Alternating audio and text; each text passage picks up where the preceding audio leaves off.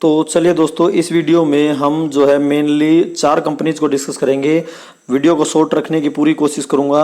तो देखिए दोस्तों, हम क्विकली डिस्कस करेंगे इन कंपनीज को। तो देखिए दोस्तों, मार्केट से अगर आपको मोटा पैसा बनाना है तो उसका एक ही मूल मंत्र है, as a long term investor आपको जो है फंडामेंटली स्ट्रॉन्ग कंपनीज जो बीटन डाउन है, एक्सटर्नल रीजन की वजह से डाउन है, उनको बिल्कुल नीचे के लेवल पर खरीदना होगा और पकड़ के बैठना होगा। आपका व्यू कम से कम 3 से 5 साल का होना ही होना चाहिए, तो तभी मोटा पैसा बन सकता है दोस्तों। अगर आप ब्रेकआउट ब्रेकडाउन के चक्कर में पड़े रहोगे तो बिल्कुल भी मोटा पैसा नहीं बना पाओगे कि हम जो है ब्रेकआउट होगा तभी खरीदेंगे, ब्रेकडाउन होगा तो हम और नीचे जाने देंगे, नहीं खरीदेंगे। तो मतलब ऐसी इस तरह ट्रेडर वाली सोच आप रखोगे तो बिल्कुल भी आप मोटा पैसा नहीं कमा पाओगे। तो देखिए दोस्तों, अगर मैं बात करूं इन कंपनीज की, तो ये सारी कंपनीज देखिए दोस्तों, आपको जो है अगर किसी स्टॉक में रुकना है, मार्केट में होल्ड करना है, उसको पकड़ के बैठना है, तो इसके लिए आपको उस कंपनी के बिजनेस की अंडरस्टैंडिंग काफ़ी अच्छे से होनी चाहिए और गिरने का रीजन आपको बिल्कुल क्लियर होना चाहिए। अगर आपको कंपनी के बिजनेस पे भरोसा है तभी आपने शायद उसको लिया होगा या लेने की प्लानिंग आप कर रहे होंगे, तो आपको उस कंपनी के बिजनेस पर कन्विक्शन होना चाहिए, तभी आप उस स्टॉक को लॉन्ग टर्म के लिए होल्ड कर पाओगे। और देखिए दोस्तों, मैं बार बार कहता रहता हूं इक्विटी काफी रिस्की है, इसीलिए इक्विटी को रिस्की बोला जाता है, क्योंकि दोस्तों नीचे के लेवल पर बाय करना बिल्कुल दुनिया का सबसे मुश्किल काम कहा जा सकता है, क्योंकि तरह तरह के नेगेटिव न्यूज, तरह तरह के नेगेटिव रिमार्क्स आपको जो है स्टॉक नीचे के लेवल पर बाय करने ही नहीं देते। तो इसीलिए इक्विटी काफी रिस्की है, क्योंकि बीटन डाउन कंपनीज को नीचे के लेवल पर बाय करना बहुत ही मुश्किल काम होता है। तो वीडियो को ज्यादा लंबा ना करते हुए हम पहले कंपनी को डिस्कस करते हैं। पहली कंपनी का नाम है दोस्तों एवेन्यू सुपरमार्ट या डी मार्ट।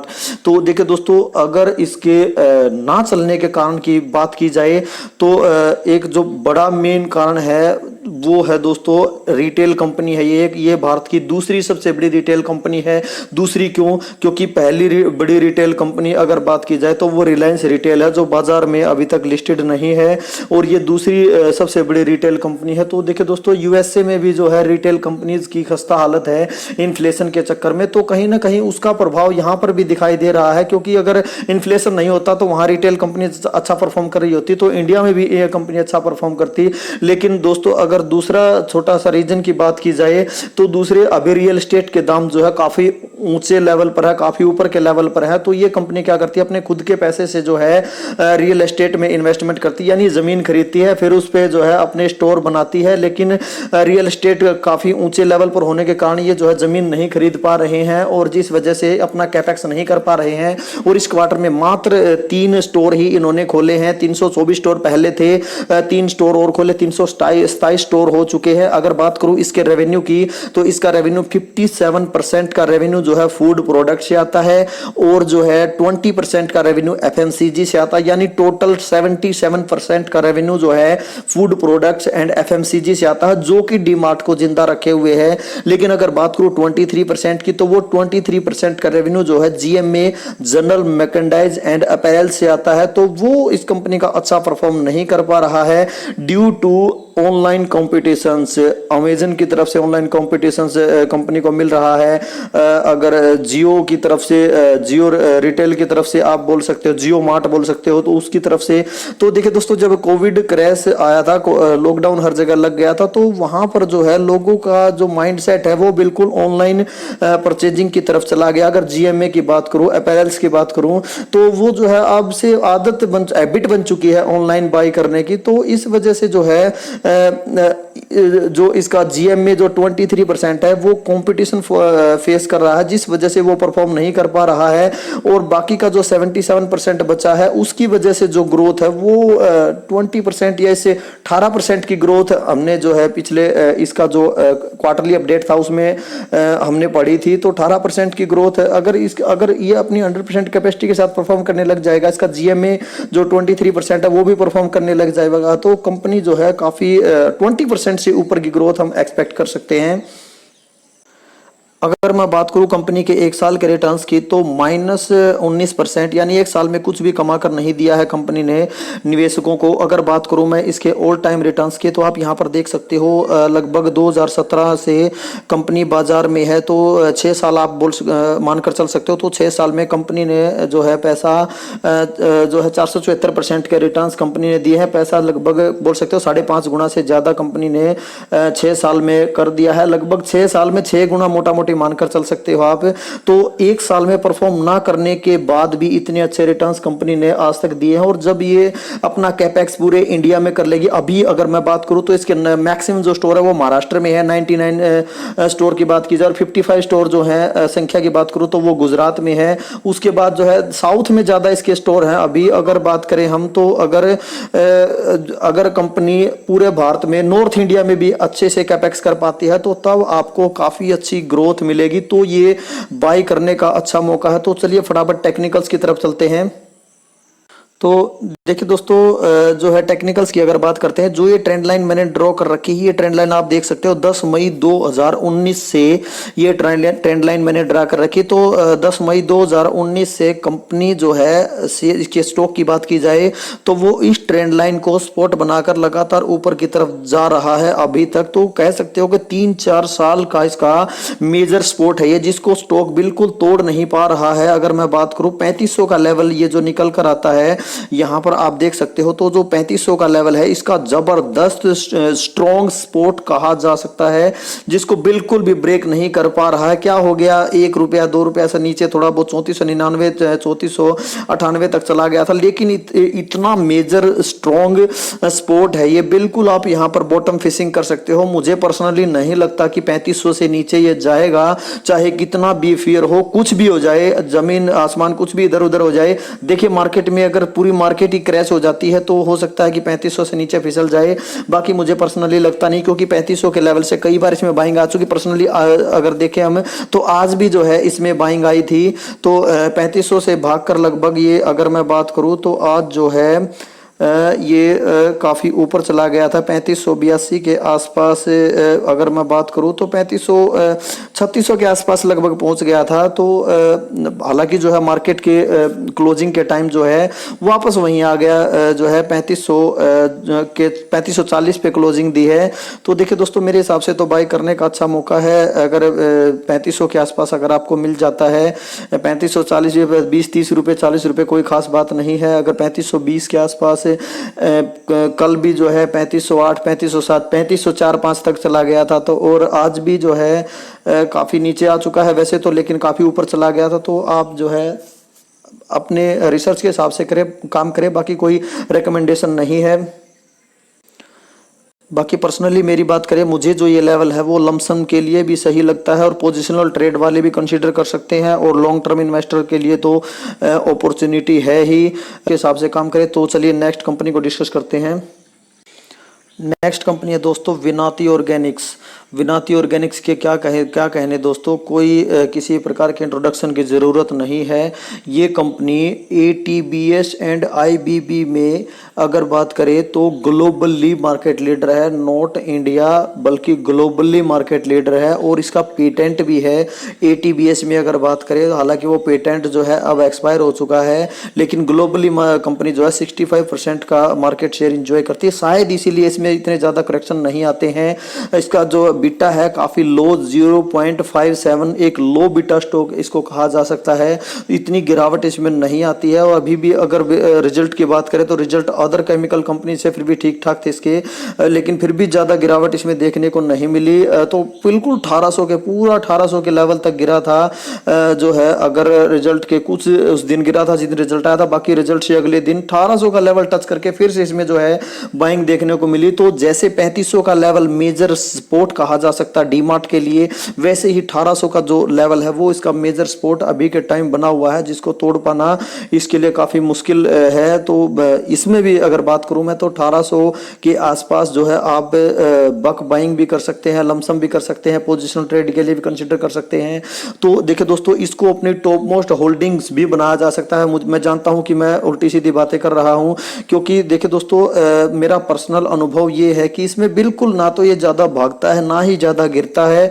तो बिल्कुल आप इसको as a Asian Paint like company मानकर चल सकते हो, जो आपके पोर्टफोलियो को, अगर आपकी टॉप मोस्ट होल्डिंग में ये कंपनी है, हालांकि मार्केट कैप कंपनी का 18-19 हज़ार करोड़ है मात्र, बिल्कुल एक मिड कैप कंपनी कही जा सकती है, नियरली स्मॉल कैप कंपनी कही जा सकती है, लेकिन एक छोटी कंपनी होकर भी, मिड कैप साइज कंपनी होकर 20,000 करोड़ से कम का मार्केट कैप लेकर भी इसकी में ज्यादा वॉलेटिलिटी बिल्कुल भी नहीं है, बिल्कुल वॉलेटिलिटी कम है, ज्यादा अप्स एंड डाउन्स बिल्कुल भी आपको दिखाई नहीं देंगे। तो काफी जबरदस्त जो है कंपनी इसको कहा जा सकता है। तो चलिए एक बार टेक्निकल्स देख लेते हैं। टेक्निकल्स वैसे कुछ खास देखने के लिए है नहीं, इसमें मैंने आपको बता ही दिया कि जो 1800 का जो लेवल है वो मेजर सपोर्ट इसका कहा जा सकता है, और 1800 से नीचे जाने की उम्मीद वैसे मुझे नहीं है।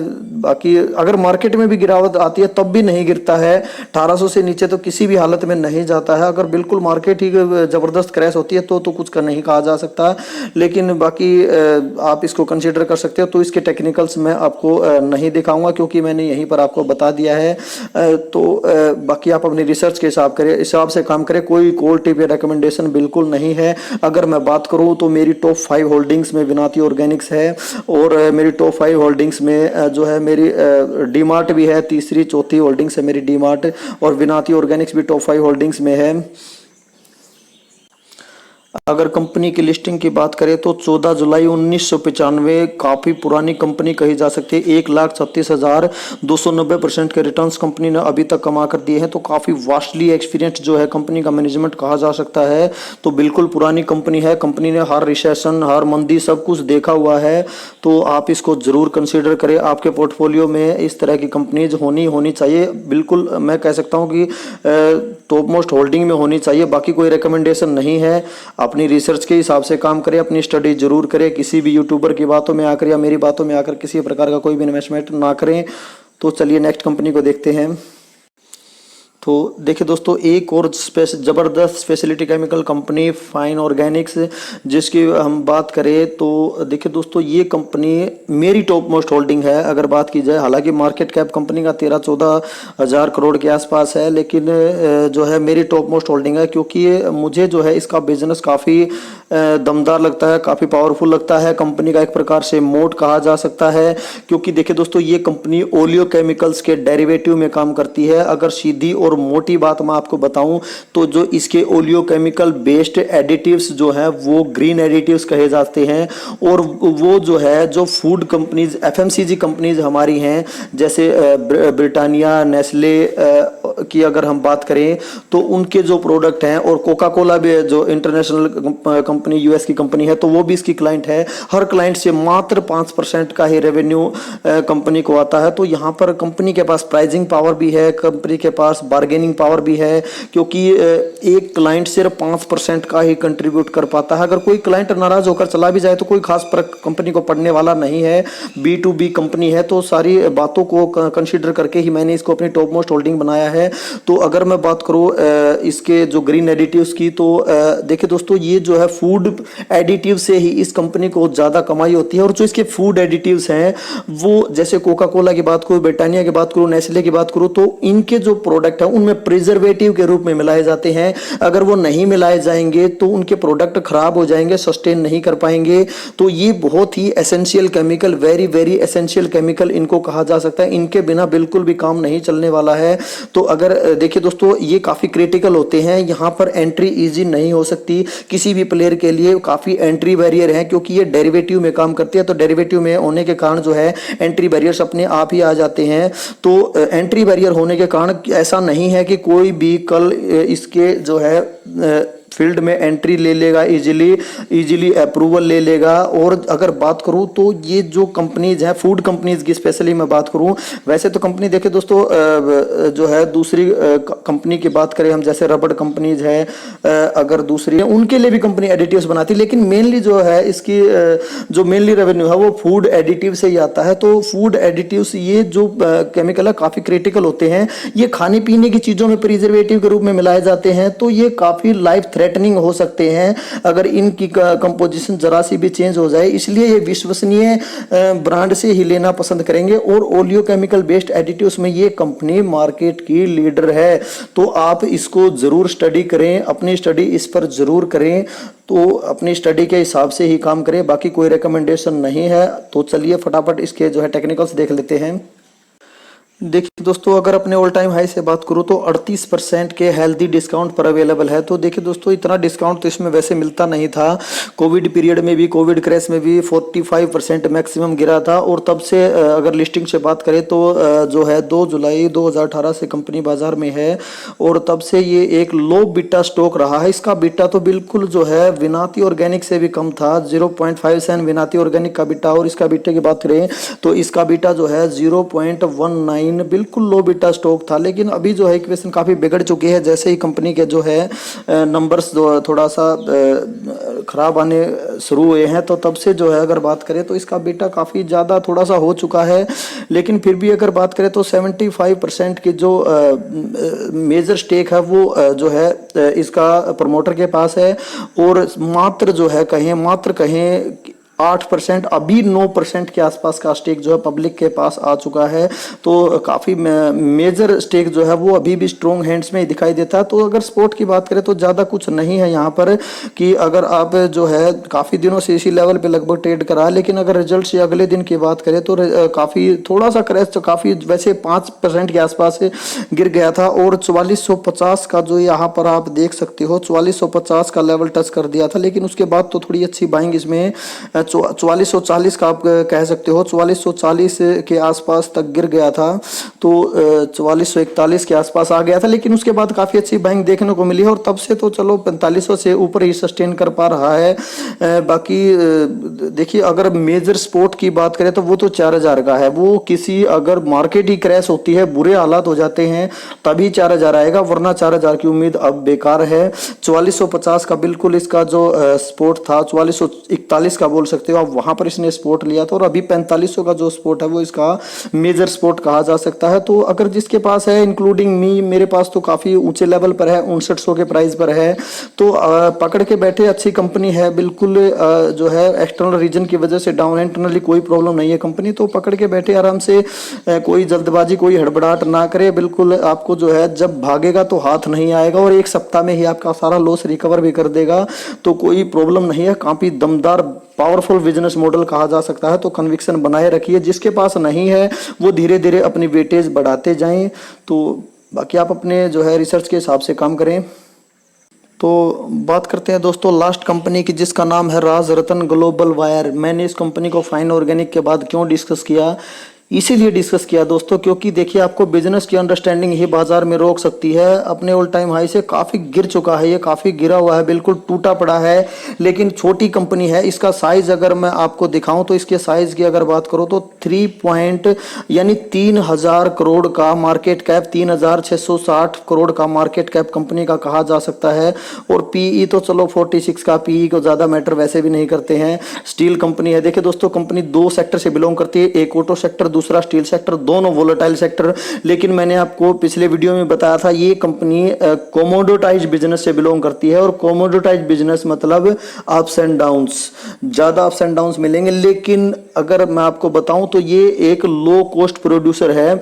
तो देखिए, कोमोडिटाइज बिजनेस की बात करें तो अगर आप उसमें दाम नहीं बढ़ा सकते, क्योंकि अगर आप 1 रुपया भी आपने बढ़ाया तो जो आपके कस्टमर भाग जाएंगे, वो बिल्कुल भी प्रोडक्ट नहीं लेंगे आपसे। तो आप कर क्या सकते हो, आपके हाथ में क्या है, आपके हाथ में है अपना जो प्रोडक्शन है, कॉस्ट ऑफ प्रोडक्शन है, उसको कम करना, ताकि आप अपने प्रॉफिट्स बढ़ा सकें। तो यही काम कंपनी करती है। ये एक लो कॉस्ट प्रोड्यूसर है। अगर टायर बीड वायर की बात करी जाए तो टायर बीड वायर बनाने का कंपनी काम करती है। तो देखिए दोस्तों, कंपनी जो है हवाई जहाज के टायर भी, हवाई जहाज में जो टायर डलते हैं उसके वायर भी बनाती है। और अगर बात करूं मैं जो जमीन पे जो वाहन चलते हैं तो उनके टायर के बीड वायर, देखिए दोस्तों टायर बीड वायर टायर के लिए बहुत ही ज्यादा जरूरी है।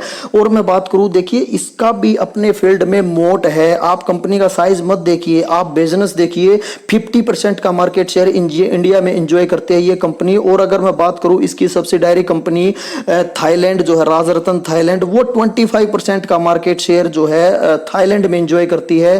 तो देखिए दोस्तों यहाँ पर भी एंट्री बैरियर है, इसीलिए मैंने फाइन ऑर्गेनिक्स के तुरंत बाद इसको डिस्कस किया। यहाँ पर भी एंट्री बैरियर है, कोई player easily tyre Beed wire नहीं बना सकता, उसको जो है अप्रूवल लेना पड़ेगा। जो टायर कंपनी, अगर इसकी टायर कंपनी कस्टमर की बात की जाए तो इसके क्लाइंट्स जो हैं जैसे Apollo tyres, CEAT tyres, MRF, BKT और देखिए दूसरे देशों के भी क्लाइंट हैं जैसे सेंचुरी टायर। तो इस तरह के जो है क्लाइंट, इंटरनेशनल क्लाइंट भी कंपनी के पास हो। और एक और खास बात मैं आपको बताना चाहूं दोस्तों, इसके जो 85% कस्टमर हैं, क्लाइंट जो है वो 5 साल से ज्यादा के समय से इस कंपनी के साथ परमानेंट जुड़े हुए हैं। तो 85% बहुत बड़ा आंकड़ा है दोस्तों। 85% कस्टमर जो है, क्लाइंट जो है 5 साल से ज्यादा पुराने कहे जा सकते हैं। तो देखिए दोस्तों एक्सटर्नल रीजन की वजह से कंपनी डाउन है, कंपनी के स्टॉक में, कंपनी में कोई इंटरनल प्रॉब्लम नहीं है। तो ये अच्छा समय है बाई करने का। कंटिन्यूसली कंपनी जो है लगातार खराब रिजल्ट देती जा रही है। देखिए दोस्तों अगर आप ब्रेकआउट का वेट करेंगे तो आपको महंगा खरीदना पड़ेगा, लेकिन अगर आपको कंपनी के बिजनेस की अंडरस्टैंडिंग है, कंपनी के बिजनेस की समझ है, तो आपको मेरे हिसाब से तो यहीं पर बाई करना चाहिए। बिल्कुल आपको बाई करके बैठना चाहिए, बिल्कुल भी पैनिक नहीं करना चाहिए, कंपनी के बिजनेस पर कन्विक्शन रखना चाहिए। आप बस ये बात समझ के चलिए कि टायर बीड वायर 50% का मार्केट शेयर है। तो इस कंपनी के अलावा टायर बीड वायर कोई दूसरी कंपनी होगी भी तो छोटी कंपनी है, लेकिन उनका मार्केट शेयर तो ये कंपनी खा चुकी है। अब उनके पास ज्यादा कुछ गेन करने के लिए नहीं है। और मैंने बताया मोट भी है कंपनी का और एंट्री बैरियर भी है फाइन ऑर्गेनिक्स की तरह। तो काफी पावरफुल बिजनेस। बाकी मुझे तो लगता, बाकी आप अपनी स्टडी जरूर करें, अपनी स्टडी के बाद ही कोई इन्वेस्टमेंट डिसीजन ले। एक छोटी कंपनी है, थोड़ा सा वेटेज का ध्यान रखें, थोड़ा सा हल्का सा डेट भी कहा जा सकता है कंपनी के ऊपर। लेकिन अगर इसके पास्ट रिटर्न्स की अगर मैं बात करूं तो आप यहां पर देख सकते हो कंपनी ने काफी मल्टीबैगर रिटर्न्स दिए हैं। कंपनी की लिस्टिंग की बात की जाए तो कंपनी की लिस्टिंग काफी पुरानी कंपनी कही जा सकती है। 14 जुलाई 1995 से काफी वास्टली एक्सपीरियंस्ड इस कंपनी का मैनेजमेंट भी कहा जा सकता है। और 34,851% के रिटर्न्स कंपनी ने अभी तक दिए हैं। तो काफी लंबा अनुभव इस कंपनी को है, लंबा अनुभवी मैनेजमेंट कहा जा सकता है। तो बाकी मुझे तो पूरा कन्विक्शन है, मेरे पास ये कंपनी भी है, लेकिन वेटेज थोड़ी सी कंट्रोल में है, शायद 3-4% के आसपास की वेटेज मैंने इसमें दे रखी है। और धीरे धीरे जो है जैसे जैसे मेरे पास फंड आता है तो मैं बाइंग करता जा रहा हूँ, क्योंकि मुझे जो है दोनों कंपनीज की बात की जाए, फाइन ऑर्गेनिक्स एंड जो है राजरत्न ग्लोबल वायर, तो दोनों का बिजनेस मॉडल बिल्कुल मुझे सेम लगता है। बाकी आप अपने रिसर्च के हिसाब से काम करें। तो देखिए दोस्तों अगर ऑल टाइम हाई से डिस्काउंट की बात करें तो 48%, 49, 50% मानकर चल सकते हो मोटा मोटी। तो 50% के डिस्काउंट पर अपने ऑल टाइम हाई से अवेलेबल है। तो देखिए दोस्तों अगर इसके स्पोर्ट की बात करें तो स्पोर्ट जैसे 700 रुपये का मैंने यहाँ पर मार्क कर रखा, तो 700 रुपये से नीचे जाने की उम्मीद तो मुझे बिल्कुल भी नहीं है। हालांकि 718 रुपये का लेवल आज इसने टच कर दिया है। तो अगर बात करें तो यही जो है इस मेजर जो स्पोर्ट है वो तो 700 रुपये का ही रहेगा। तो 700 रुपये तक तो जा सकता, बाकी नीचे मुझे पर्सनली उम्मीद नहीं है जाने की। 700 तक भी उम्मीद नहीं है, वैसे 718 तक आ गया था तो फिर यहाँ से फिर से बाइंग देखने को मिली है। तो बाकी ठीक है, अगर आपका कन्विक्शन बनता है तो आप स्टडी जरूर करें। तो वीडियो ऑलरेडी काफ़ी लंबा बन चुका है। तो देखिए दोस्तों 700 रुपये से नीचे जाने की उम्मीद इसके वैसे लग नहीं रही। तो मुझे लमसम के लिए भी, पीटी के लिए भी और लॉन्ग टर्म इन्वेस्टमेंट के लिए भी, सब कुछ जो है किसी भी तरह के इन्वेस्टमेंट के लिए काफ़ी अच्छा लेवल दिखाई दे रहा है। बाकी आप अपनी रिसर्च के हिसाब से काम करें। तो ओके, थैंक यू दोस्तों।